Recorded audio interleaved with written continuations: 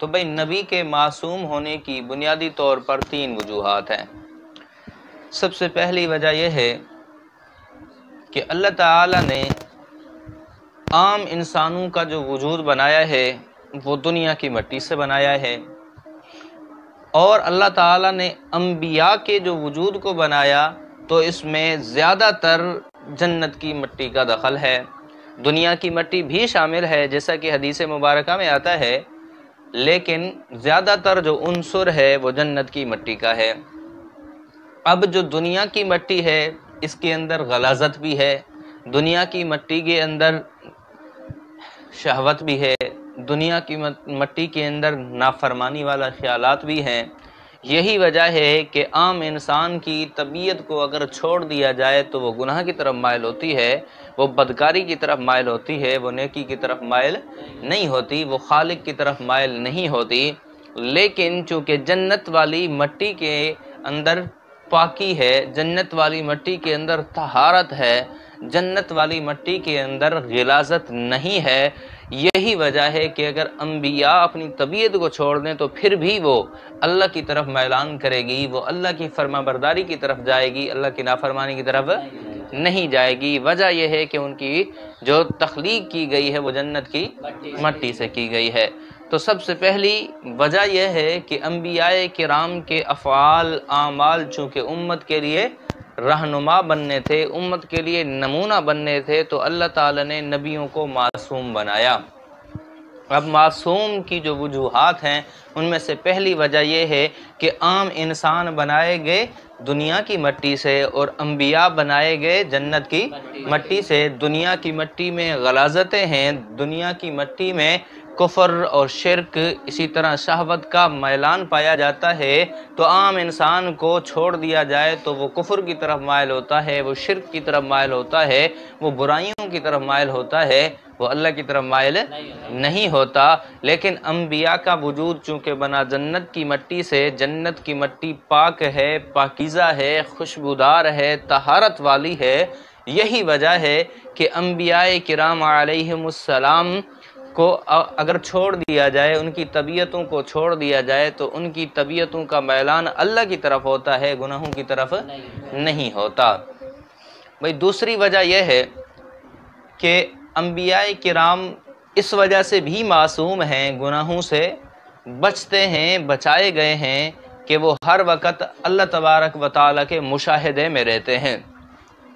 اب دیکھیں، اگر ایک شخص بادشاہ کے دربار کے اندر کھڑا ہو تو وہ وہاں پر نافرمانی تو دور کی بات اپنے نگاہوں کی بھی حفاظت کرتا ہے، کہیں ایسا نہ ہو کہ میری نگاہوں کی گستاخی بادشاہ کو گستاخی لگے اور بادشاہ مجھے سزا دے دے، تو وہاں پر اپنے پورے وجود کی جیسے حفاظت کرتا ہے وہاں نگاہوں کی بھی حفاظت کرتا ہے، وہاں پر کوئی ایسی حرکت نہیں کرتا، ایسی بات نہیں کرتا، ایسا فعل سر انجام نہیں دیتا جس سے بادشاہ کی گستاخی شمار ہو یا بادشاہ کی گستاخی سمجھی جا سکے اور اس شخص کو سزا ہو۔ تو یہ ایک عام انسان، عام بادشاہ کا حال ہے کہ دنیا کا بادشاہ ہے، دنیا کا انسان ہے، کہ اگر بادشاہ انسان کو دیکھ رہا ہے، اس آدمی کو دیکھ رہا ہے اور وہ آدمی بادشاہ کے دربار میں ہے تو وہاں پر نافرمانی کرنا تو دور کی بات ہے، تصور بھی نہیں کر سکتا، ہر شے کی حفاظت کرتا ہے تاکہ بادشاہ گستاخی تصور نہ کرے۔ تو جب یہ دنیا کا حال ہے، اب تمام انبیاء اللہ کے مشاہدے میں رہتے ہیں، اللہ کے مشاہدے میں رہتے ہیں، اللہ تعالیٰ کا دیدار کرتے رہتے ہیں، اللہ تبارک و تعالیٰ کی زیارت میں مگن رہتے ہیں، اللہ تعالیٰ کے مشاہدے میں مستغرق رہتے ہیں، تو ان سے بھی کسی بھی طرح سے یہ فعل گناہ کا تصور نہیں ہو سکتا، وہ گناہوں کی طرف مائل نہیں ہو سکتے۔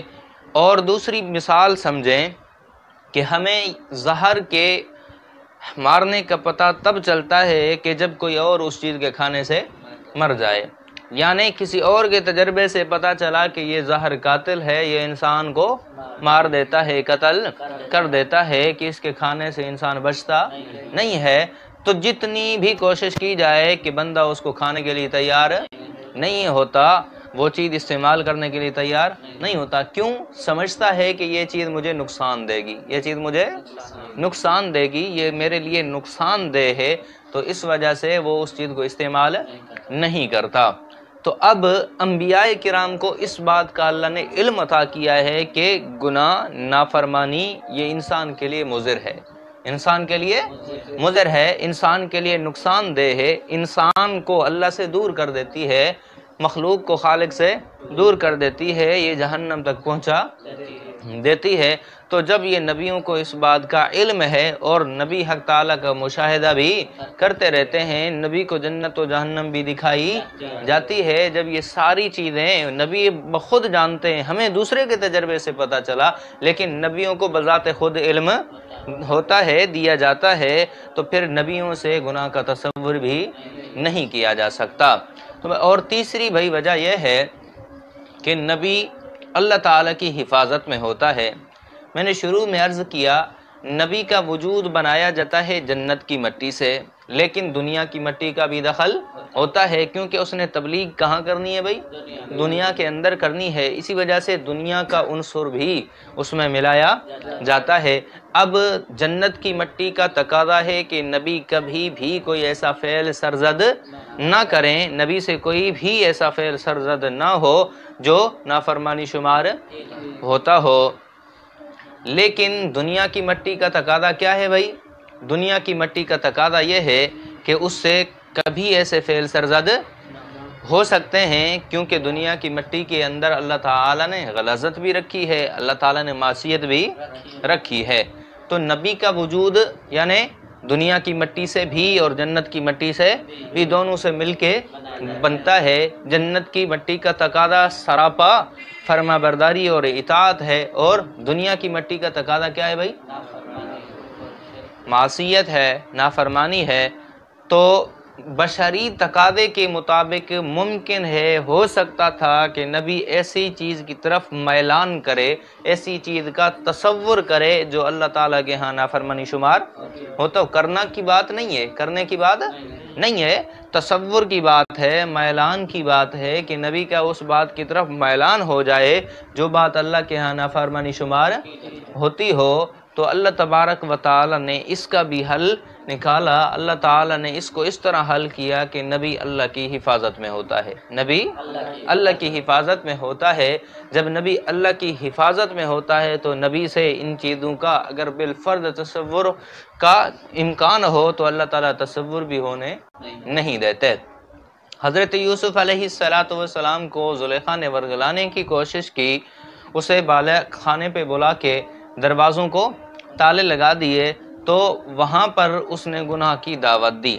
تو حضرت یوسف علیہ السلام کو بشری تقاضے کے مطابق ممکن ہے کہ خیال ہو سکتا تھا، تصور ہو سکتا تھا، لیکن اللہ تعالی نے حفاظت اس طرح کی، اپنی حفاظت میں اس طرح رکھا کہ حضرت یوسف علیہ السلام نے اپنا سر مبارک جب اوپر کیا تو حضرت یعقوب علیہ السلام جو ان کے والد تھے اور نبی تھے، ان کا چہرہ نظر آیا، ان کا چہرہ نظر آیا. جیسے ہی چہرہ نظر آیا تو پھر ان کا دل مائل ہو گیا اللہ کی طرف، مائل ہو گیا اللہ کی طرف. جیسے ہی اللہ کی طرف مائل ہو گیا تو وہ تصور والا امکان بھی باقی نہ رہا. اسی طرح اللہ تعالی نے اپنے انبیاء کی اس تصور سے بھی حفاظت فرمائی ہے. تو بنیادی طور پر بھائی نبی کے معصوم ہونے کی کتنی وجوہات ہیں؟ 3.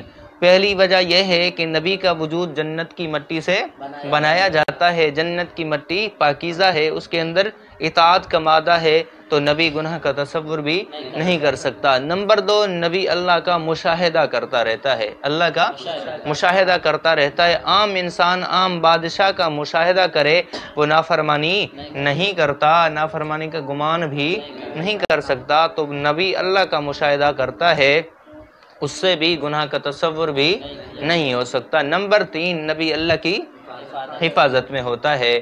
جب نبی اللہ تعالیٰ کی حفاظت میں ہوتا ہے تو اللہ تعالیٰ کی حفاظت میں رہتے ہوئے نبی گناہ کا تصور بھی نہیں کر سکتا. بالفرض تصور کا امکان ہو تو اللہ تعالیٰ اس سے بھی حفاظت فرماتے ہیں. تو بنیادی طور پر یہ 3 وجوہات ہیں انبیاء کرام کے معصوم ہونے کی، اور عقل بھی کہتی ہے کہ نبی معصوم ہو، نبی معصوم ہو.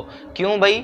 کیونکہ نبی کو اپنی امت کا رہنما بننا ہے، مقتدا بننا ہے، اپنی امت کے لیے نمونہ بننا ہے۔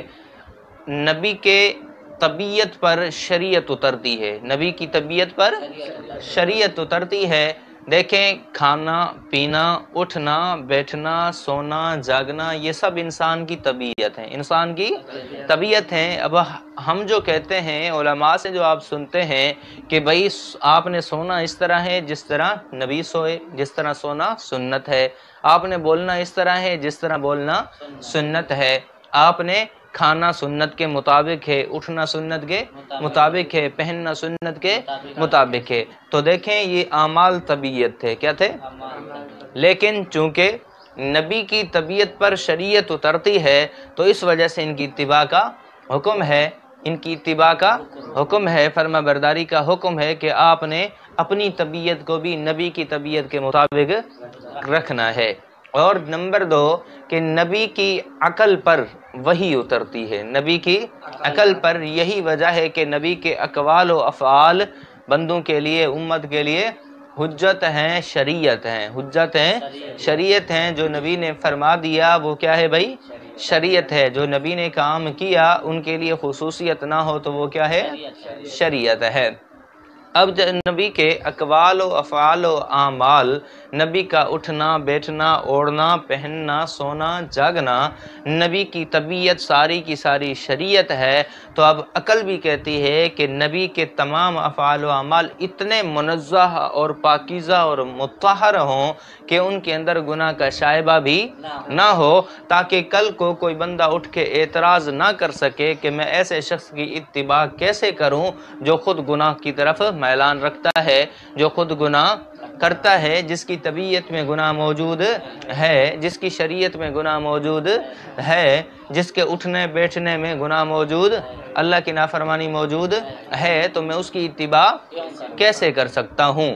تو اس وجہ سے اللہ تعالیٰ نے نبیوں کو پاک بنایا ہے کہ عقل کا بھی تقاضا تھا کہ نبی نے رہنما بننا ہے، مقتدا بننا ہے، تو نبی کے پورے اعمال و افعال گناہ کے شائبہ سے بھی پاک ہوں، تاکہ کل کو کوئی اعتراض نہ کر سکے کہ یہ کیسا رہنما ہے، یا اس کو میں رہنما کیسے مانوں، یہ میری گناہ میں رہنمائی کیسے کر سکتا ہے کہ جو خود گناہ سے بچ نہیں سکتا۔